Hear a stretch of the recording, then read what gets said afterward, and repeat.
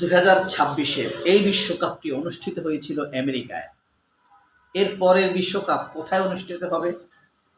Portugal, Spain, Uruguay এই দেশগুলোতে Morocco সহ যৌথভাবে অনুষ্ঠিত হবে 2030-এর বিশ্বকাপ। আর 2034-20-এর বিশ্বকাপ অনুষ্ঠিত হবে কোথায়? সৌদি আরব। অর্থাৎ সৌদি আরবের বিশ্বকাপটিও হতে পারে পৃথিবীর অন্যতম সেরা ব্যয়বহুল বিশ্বকাপ, কারণ এর আগের বিশ্বকাপ অর্থাৎ 2022 সালের বিশ্বকাপ কাতারে অনুষ্ঠিত হয়েছে। $220 বিলিয়ন খরচ হয়েছে। ইতিহাসে সে 1934 সাল থেকে শুরু করে এই পর্যন্ত যত বিশ্বকাপ হয়েছে সবচাইতে বেশি ব্যয় হয়েছে কাতার বিশ্বকাপ। আচ্ছা, কাতার বিশ্বকাপে আয় কত হয়েছে বলতে পারেন? $7 বিলিয়ন। কিন্তু এবারে এই যে চলমান এই বিশ্বকাপে অর্থাৎ 2026-এর আমেরিকার বিশ্বকাপে কত আয় হয়েছে বলতে পারেন? পৃথিবীর সব রেকর্ড ভেঙে দিয়েছে। এখানে আয় হয়েছে $15 বিলিয়ন, অর্থাৎ 1500 কোটি টাকা, 1500 কোটি ডলার, বাংলাদেশি টাকায় 1,84,000 কোটি টাকা। তবে এখানে একটা ভুল করেছে ফিফার অফিস একটা ভুল করেছে। এই ভুলের কারণেই তাদের আয় বেড়ে গিয়েছে। ভুলটা কি?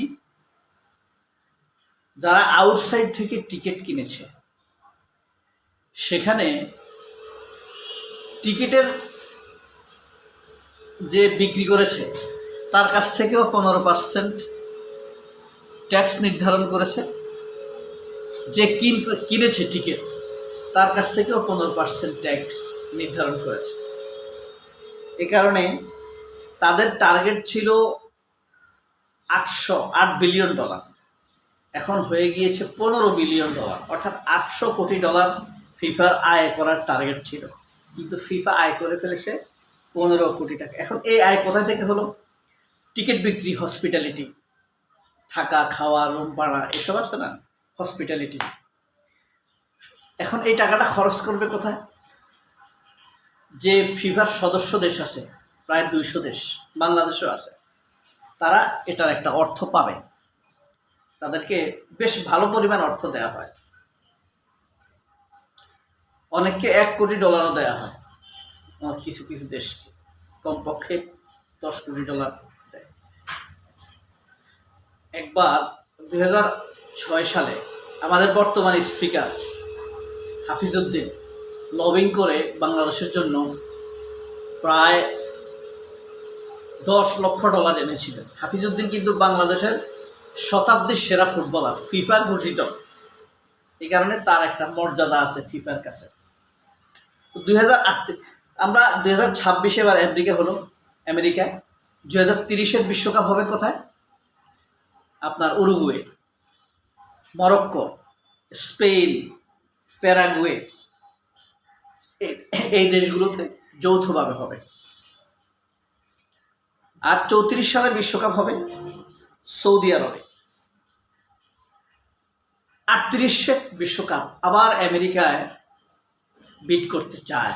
তারা চায় 38-এর বিশ্বকাপটা আবারও তাদের ওখানে হোক। এ কারণে তারা চাইছে, ডোনাল্ড ট্রাম্প এবারই ঘোষণা দিয়েছে যে এবারই এই বিশ্বকাপটাই আমেরিকা আরেকটি বিশ্বকাপ করতে চায়। আমেরিকা জানে কিভাবে ইভেন্টকে বিজনেসে পরিণত করতে হয়, কোথায় থেকে কিভাবে বিজনেস লাভ করে নিতে হয়। আমেরিকা এটা খুব ভালো বোঝে। যুদ্ধ থেকেও তারা প্রফিট করে নিতে পারে। মানে এই কারণে দ্য ফাদার অফ, কি বলে এটাকে, মানে পুঁজিবাদের জনক, এই কারণে বলা হয় তাদের। এই যে কৌশল, আপনার আমেরিকা কিন্তু ইতিহাসের সবচেয়ে বেশি ব্যয় করে নাই, কিন্তু সবচেয়ে বেশি আয় করে ফেলেছে। এখানে তাদের কৃতিত্ব আছে, তারা কমার্সটা খুব ভালো বোঝে। কিন্তু দেখেন আগামী দিনগুলোতে ফিফা এবং আমেরিকা বিজনেস করবে কাকে নিয়ে? এই ইয়ামালকে নিয়ে। ফিফা নেক্সট টার্গেট হলো আমেরিকার সাথে পাস করা, স্টার রাইজিং খেলোয়াড়টাকে হাতে নেয়া, আর তাদের ডিরেকশন অনুযায়ী যে পৃথিবীর যে ফিফার সদস্য দেশগুলো আছে, অর্থাৎ বাংলাদেশের মতো যারা মানে র্যাঙ্কিংয়ে একদম নিচের দিকে, তাদেরকে হাতে রেখে তারা সন্তুষ্ট রেখে আমেরিকার হাতে আরেকটি বিশ্বকাপ তুলে দেওয়া। এখন কথা হলো, সে অনুযায়ী বিট খালি আছে 38-এর বিশ্বকাপ, সেটা লটারির ভিত্তিতে নির্ধারিত হবে। 26, 30 এবং 26 তো গেল, 30 এবং 34 নির্ধারিত হবে, হয়ে গিয়েছে।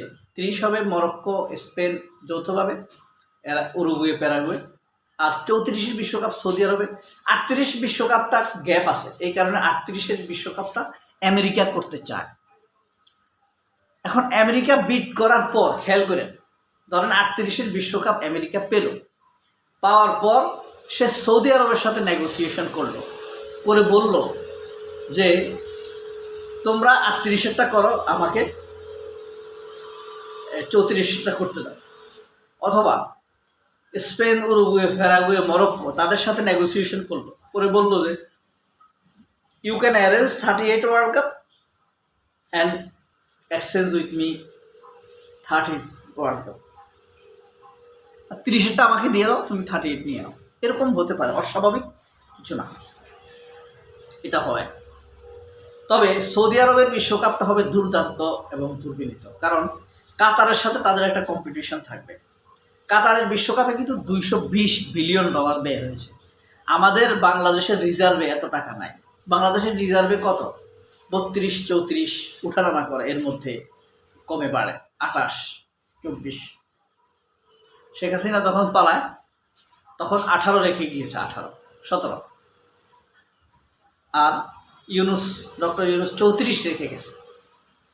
বিএনপি এসে একটু বাড়ছে, আবার এখন কমতেছে, অর্থাৎ $34 বিলিয়ন। আর কাতার ব্যয় করে ফেলেছে $220 বিলিয়ন। বুঝতে পারছেন ঘটনাটা? তবে কাতারের এত ব্যয় হওয়ার কারণ কি? কাতার অনেকগুলো মাঠ করেছে, অবকাঠামোগত উন্নয়ন করেছে। কাতার তো ছোট দেশ, আগে কখনো আয়োজন করে নাই, এই কারণে এতগুলো মাঠ তাকে তৈরি করতে হয়েছে, অবকাঠামো তৈরি করতে হয়েছে, অ্যাডমিনিস্ট্রেশন সাজাতে হয়েছে তাকে। হ্যাঁ, is totally new in this area.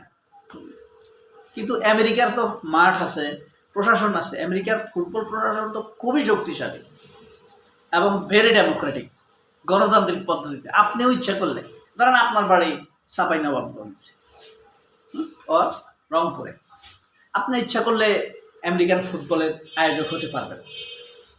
বুঝতে পারছেন? মানে আয়োজক না, সরি, একজন পরামর্শক হতে পারবেন। মানে আমেরিকান ফুটবল, তারা ফুটবলকে খুব ভালোবাসে, কিন্তু হয়তো আগাইতে পারে নাই, তাদের ইন্টেনশনটা হলো অন্যদিকে। সবাই অনেক ভালো থাকবেন। ফুটবলের এই খেলায় জমজমাট আসলে যে আয় করেছে, মানে চমক লাগানো আয় করেছে আমেরিকা, ফিফা। এটা তো আমেরিকা নিতে পারবে না, এটা ফিফাই নেবে। সবাই অনেক ভালো থাকবেন। আল্লাহ হাফেজ, আসসালামু আলাইকুম।